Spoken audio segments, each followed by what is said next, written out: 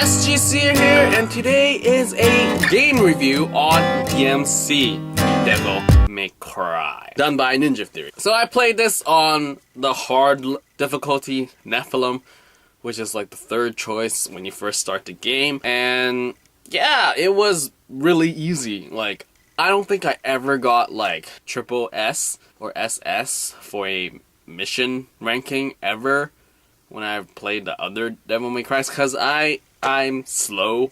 Like, I'm more of a God of War sort of type of guy compared to like Devil May Cry, which is super fast. So I guess I can sort of talk about the story. Story is sort of, I guess you can break it up where different arcs. So that was sort of like not exciting, because I guess with the other Devil May Cries there wasn't a clear cut, as in like, oh, I need to take down this guy and that guy's dead, so there's 2 more or 3 more guys that I gotta take down, sort of thing. And yeah, the story was more engaging. Here it was like weird. I guess I like Dante as a character, he was fine, but like the supporting cast wasn't really there for me. Like Virgil was kind of boring. Cat is like totally drastically different in the first half and the second half. And yeah, this whole organization thing that sort of Virgil is running, it was totally not believable, because it was just, where's the rest of your people, man? Like, you have Cat, who barely survived saving Dante, sort of thing. Well, beyond that, the whole like mother dying and the Sparda thing was like, I guess, done in an easier context, because like Nephilim, like, so they're half angel, half demon kids, so that was sort of like reinforced with the whole angel and devil attacks of your left and right bumpers. So I guess that sort of dwelled into the gameplay. And yeah, the boss fights weren't that exciting really much. I mean, you got a lot of platforming. I wish there was more bosses. The bosses weren't that crazy, in my opinion, because it was just like not as exciting. And yeah, I wish the boss designs were better, I would say. So let's get it on with the gameplay. I mean, I had a demo impression. You can watch that after this video to compare what I said here. But I would say that it's a lot easier. It's a lot easier to pick up, and you can pretty much like try out the moves, and stringing them together is easier compared to the first 4, I would say. And it made me feel like I wasn't playing on hard mode, more like easy on a normal Devil May Cry game. And yeah, like, the moves were cool. I mean, the weapons were cool.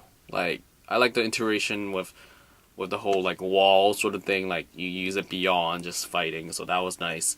And just to represent the whole angel and devil thing is good too. Though I have to say, I started the first level on Son of Sparda, and I think that's a more fun level, because it feels like I'm actually gonna die. Because on Nephilim, it didn't feel like I was gonna die ever. It was more like I was just fooling around and then I died. So yeah, I guess Son of Sparda should have been the first difficulty that you could try. I wish that was more unlocked, but I guess you get to like know all the enemy designs, so you sort of know how to fight them, so it's not lost. Because some of the advices that they give you, or hints or whatever, totally is way past the point where you fought this thing so many times, and then they tell you, hey, if you do this, you can kill it super fast. And I was like, whoa, I would have liked that the first time I fought this thing. But no, it tells you halfway through the game later on.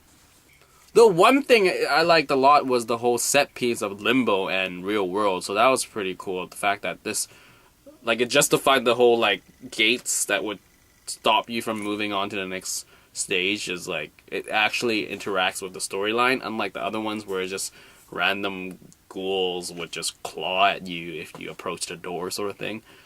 I guess you can explain it with magic, but I like this Limbo thing. So the Limbo thing was cool, though I hear people complain about it. It's not cool. It was just good as a gimmick, but I enjoyed it with the whole shifting world thing. Though I wish they played around more with that, because it feels like they did that in the beginning half, and in the last half wasn't that much shifting and just craziness.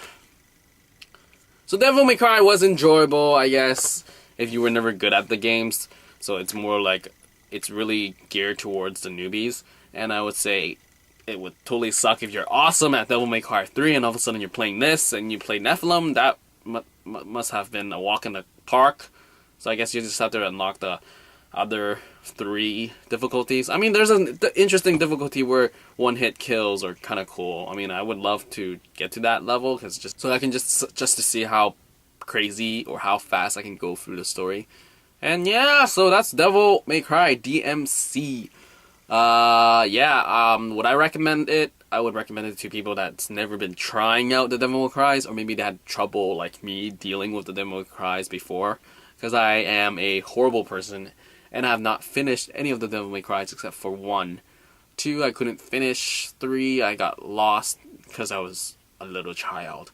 And then 4, I did not find it interesting to beat the game again, being Dante, when I beat the game as Nero. So yeah, so that's pretty much DMC. It was good for newbies. It makes you feel you're a lot smarter, but once you hit that Son of Sparda, maybe it's time to not be so crazy. Watch your health bar, sort of thing.